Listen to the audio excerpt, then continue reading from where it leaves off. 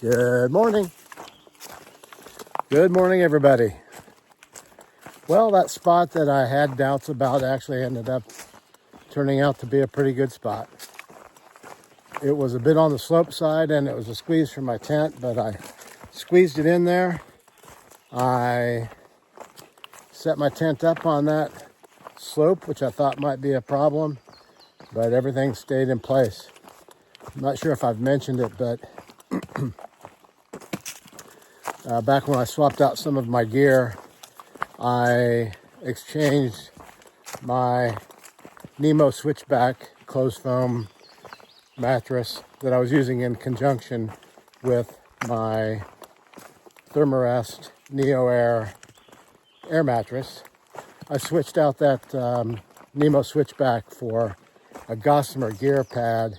It's only like 1/8 of an inch thick, so it's not going to give you a lot of padding, but I've read where it helps keep your air pad from sliding around in the tent, and I think it actually probably did that. My the pad and my air mattress pretty much stayed in place throughout the night. The birds were crazy last night. The whippoorwills, which you may remember I heard a couple times during this trek. There were probably 3 or 4 or 5 of them or something that started sounding off last night shortly after I made it to that camp spot because it was getting dark. But I got there. I had enough water left over from when I filtered water earlier in the day to where I heated up water, made a dinner meal. Didn't drink much water, but I had my meal, went to bed, got up this morning, fixed a cup of coffee with Carnation Instant Breakfast Vanilla while I was breaking down my tent. And now it's 7:30 in the morning, and I'm off to a pretty early start. Well, for me, it's a pretty early start. It's an hour earlier than yesterday, which yesterday I was thinking about that all day long, that if I'd started an hour earlier, I could be 1.5 miles, 2 miles further down the trail. Well, don't put yourself in that mindset. Just enjoy the trail as you go down the trail. Yesterday, well, like I'm doing now, for the most part, although I'm recording and walking, I'm watching, my eyes are scanning 3 feet in front of where my feet are at, and my brain is trying to coordinate my feet to step over and between rocks and roots and different things like that. But you get so focused looking down at the ground, well, you have to, otherwise I fall on my face. You look down at the ground and you don't stop and look around, like at that sun that's starting to peek through the trees up there. But you kind of miss some things around you. Yesterday, when I was going through that cow pasture, basically, big open pasture, it was really pretty. But I went through the gate, the V gate that you step down one side and go around the corner and back out. Cows can't go around that. I could barely go around those things. Anyway, I was going through one of them and I'm like, hey, wait a minute, that was a sign at the end of that, kind of like in the middle of that gate. And I stopped and went back and looked, and it said Kefir or Kefir oak, whichever way you pronounce it. And I looked up, and there's a 300-year, estimated 300-year oak tree right there that I'm standing next to that I almost missed. If it hadn't been for that sign on that gate, I probably would have been looking at my feet and walking ahead and missed a huge oak tree. So, oh boy, try to get miles each day, try to get up the trail, try to get to a specific camp spot, try to get to water, try to make sure that your food, lasts a number of days that you're going to hike and where you're going to resupply. Spread the word about Tunnel to Towers along the way. And sometimes you forget to just stop and look around and see what God has given us to enjoy. So I'm on up the trail, and time will tell where the trail takes me today. But I'm glad you're along with me, and I'll see you up the trail. Have a great day. I'm going to. Well, there's the Naday shelter, the one that I decided to pass up on because of norovirus reports. On down the trail. Okay, up the trail, heading north. I'm going with north is up the trail.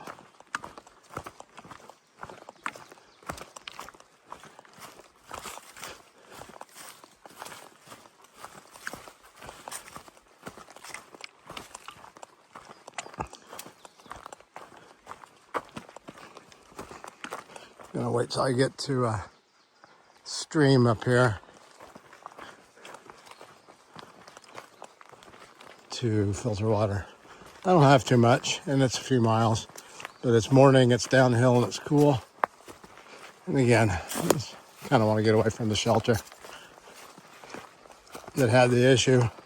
Although the reality of it is, whoever was sick either walked up this trail or down this trail. It's just like anything, be careful. Wash your hands as much as possible. Don't touch things. Pray for protection. Leave it in God's hands. That's all I can do.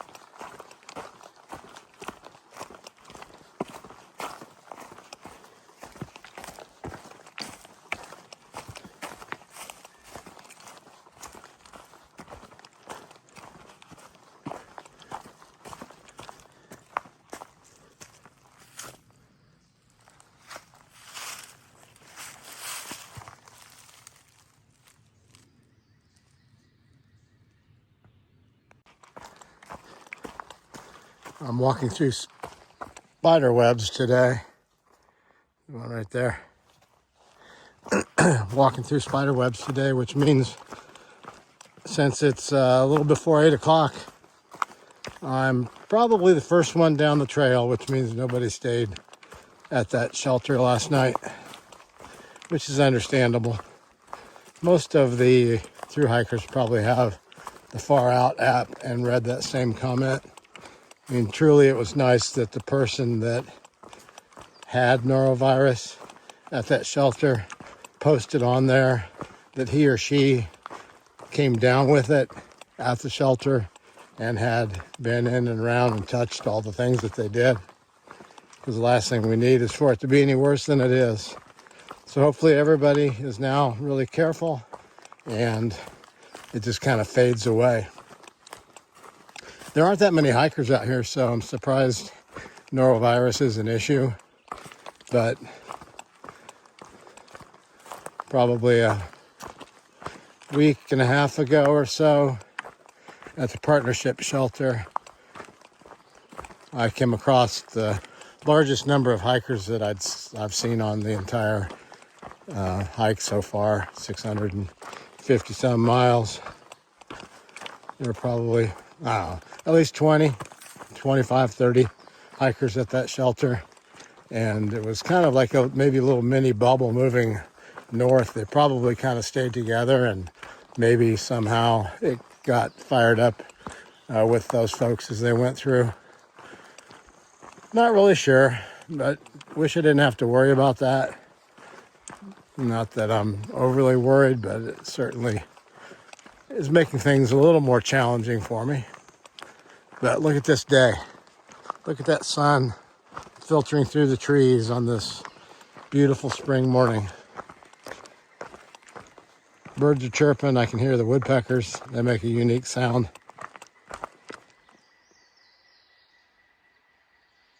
Off in the distance.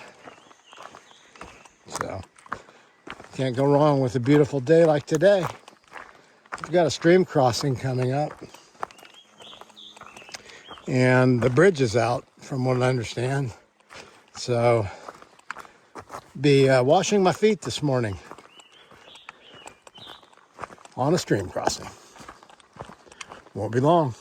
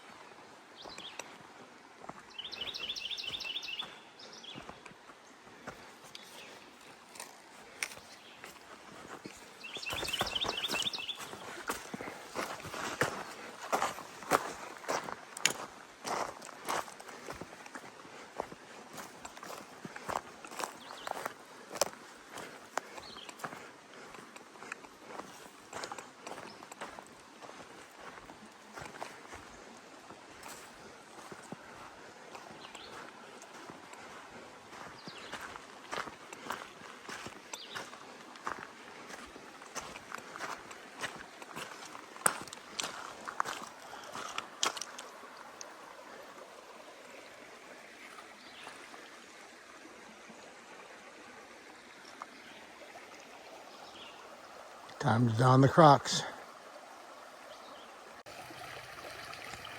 Okay, did the little stream crossing here. Took the shoes and socks off, put the Crocs on, walked across. The water felt great. Wasn't much more than mid-calf deep where I crossed. Actually took advantage of it and washed my legs and my arms with a little cloth that's on the front of my pack hanging off. Filtered some water, ate some breakfast. Got a little cold soak going on some chia pudding.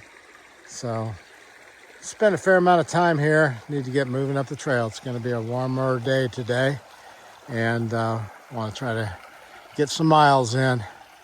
So on up the trail we go.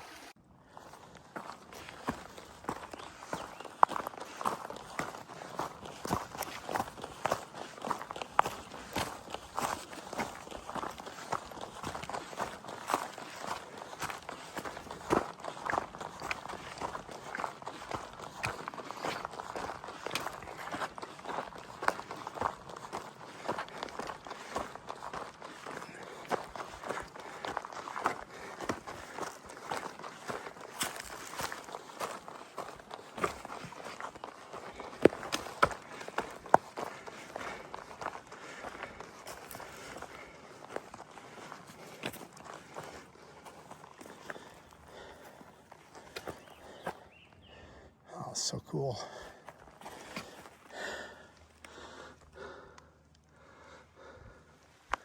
Vietnam vet. Oh.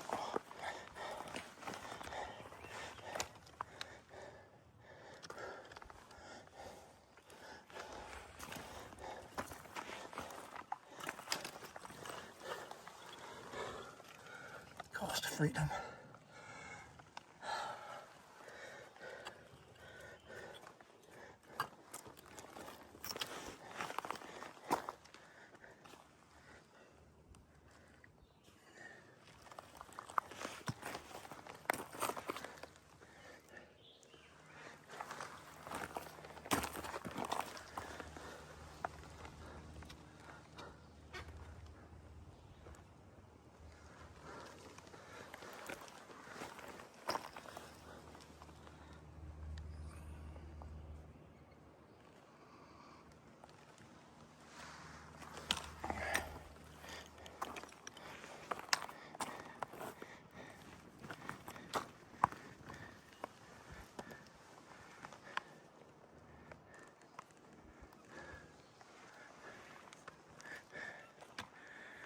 Audie Leon Murphy, June 20th, 1924, May 28th, 1971.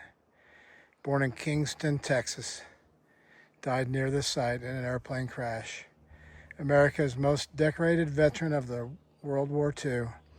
Served in the European Theater, 15th Infantry Regiment, 3rd Infantry Division, and earned 24 decorations, including the Medal of Honor, Legion of Merit, Distinguished Service Cross, and 3 Purple Hearts. He was survived by his wife, Pamela, and 2 sons, Terry Michael and James Shannon. Erected 1974 by the Veterans of Foreign Wars, Post 5311, Christiansburg, Virginia.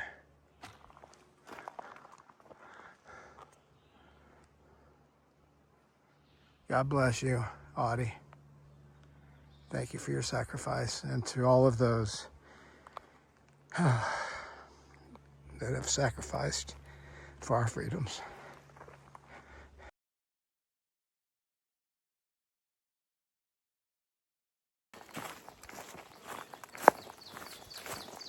Those 4 ladies that I just met, it was kind of up at the top by the Audie Murphy Memorial. They were out doing a section hike. I think they said 40 or 50 miles that they hike together every year, and have done quite a large section of the AT so far, that you could just tell that they were having a lot of fun together. But they were so nice, so generous. When they asked me if I needed anything, if I needed any food, they are hiking down the uphill that I just came up, and then their hike is finished. So I had been wondering if I was going to have enough food to get to Dalesville, and if I'd have to get off in Catawba to find the grocery store. And then they're like, hey, this is our last day. Do you want a hiker meal? Do you want a couple tuna packets? Here's a package of cookies. Felt weird to open my pack and let them put it in there, but it was so nice of them to do that for me, and such a blessing for me today. So they say that the trail provides, and it truly does, but I always pray to Jesus that he puts the right people in my path every day that will have a positive influence on me, and that I can have a positive influence on them. So I hope I've done my part. Those young ladies most certainly did for me. Thank you very much. I appreciate it.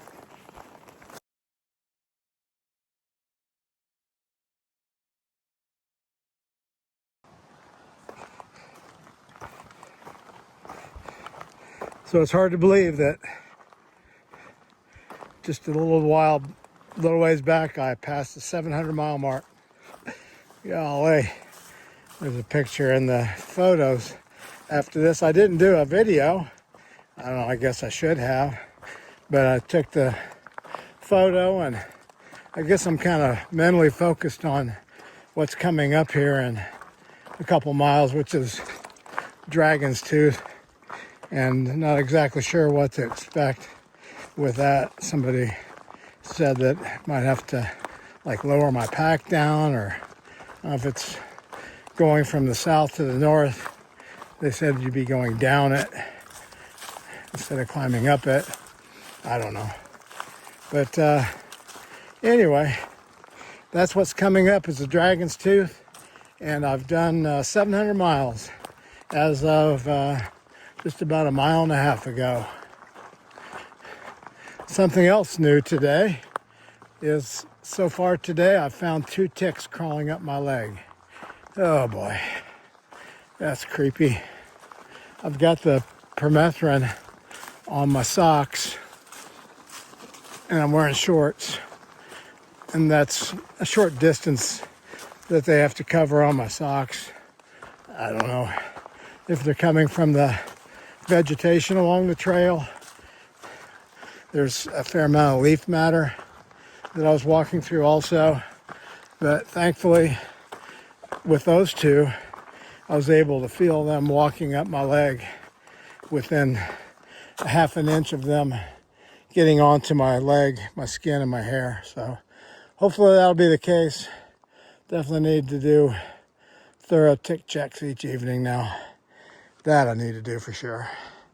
So on up towards Dragon's Tooth. Had to stop so I could breathe.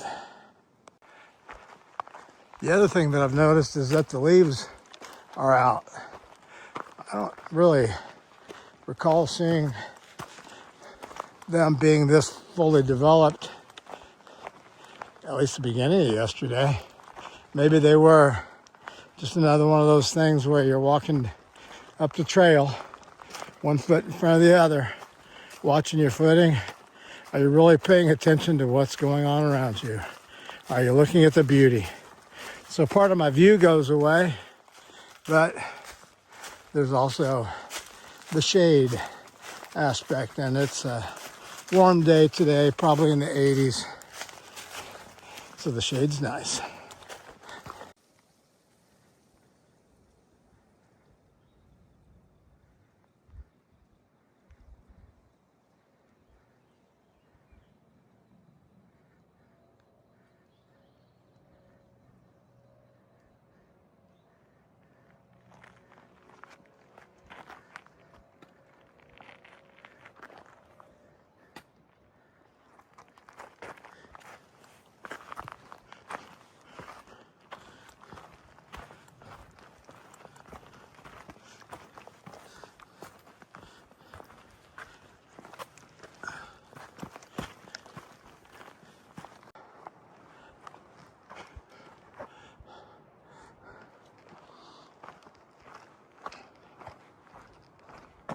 Dragon's Tooth.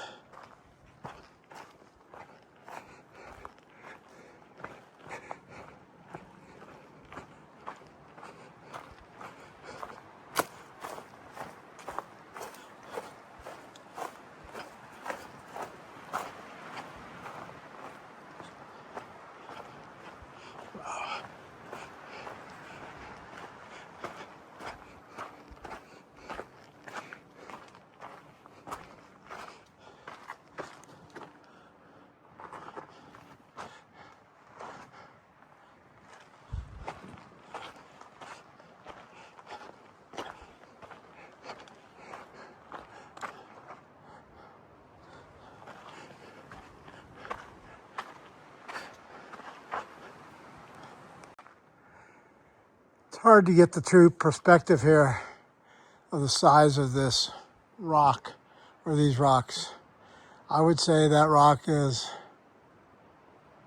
probably 45 feet tall.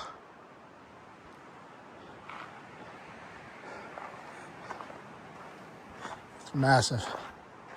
That's the Dragon's Tooth. Made it to the Dragon's Tooth. They say to watch out for rattlesnakes on these rocks. Oh man, so cool.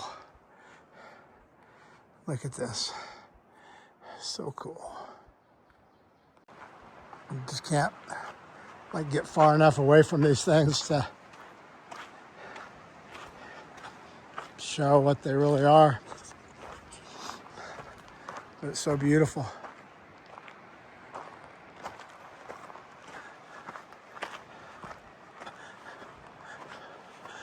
Now I gotta get down off of this piece of granite before that sun goes bye-bye. Just look at that view from up here. It's incredible.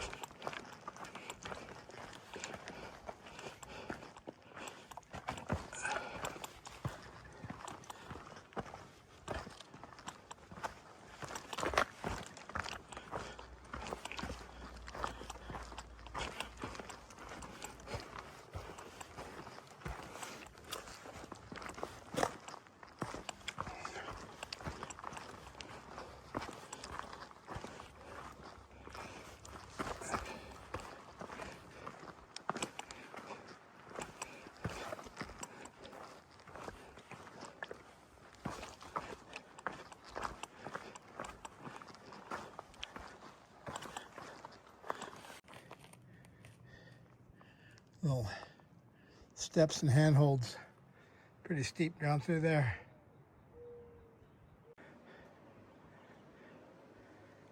It's magnificent up here.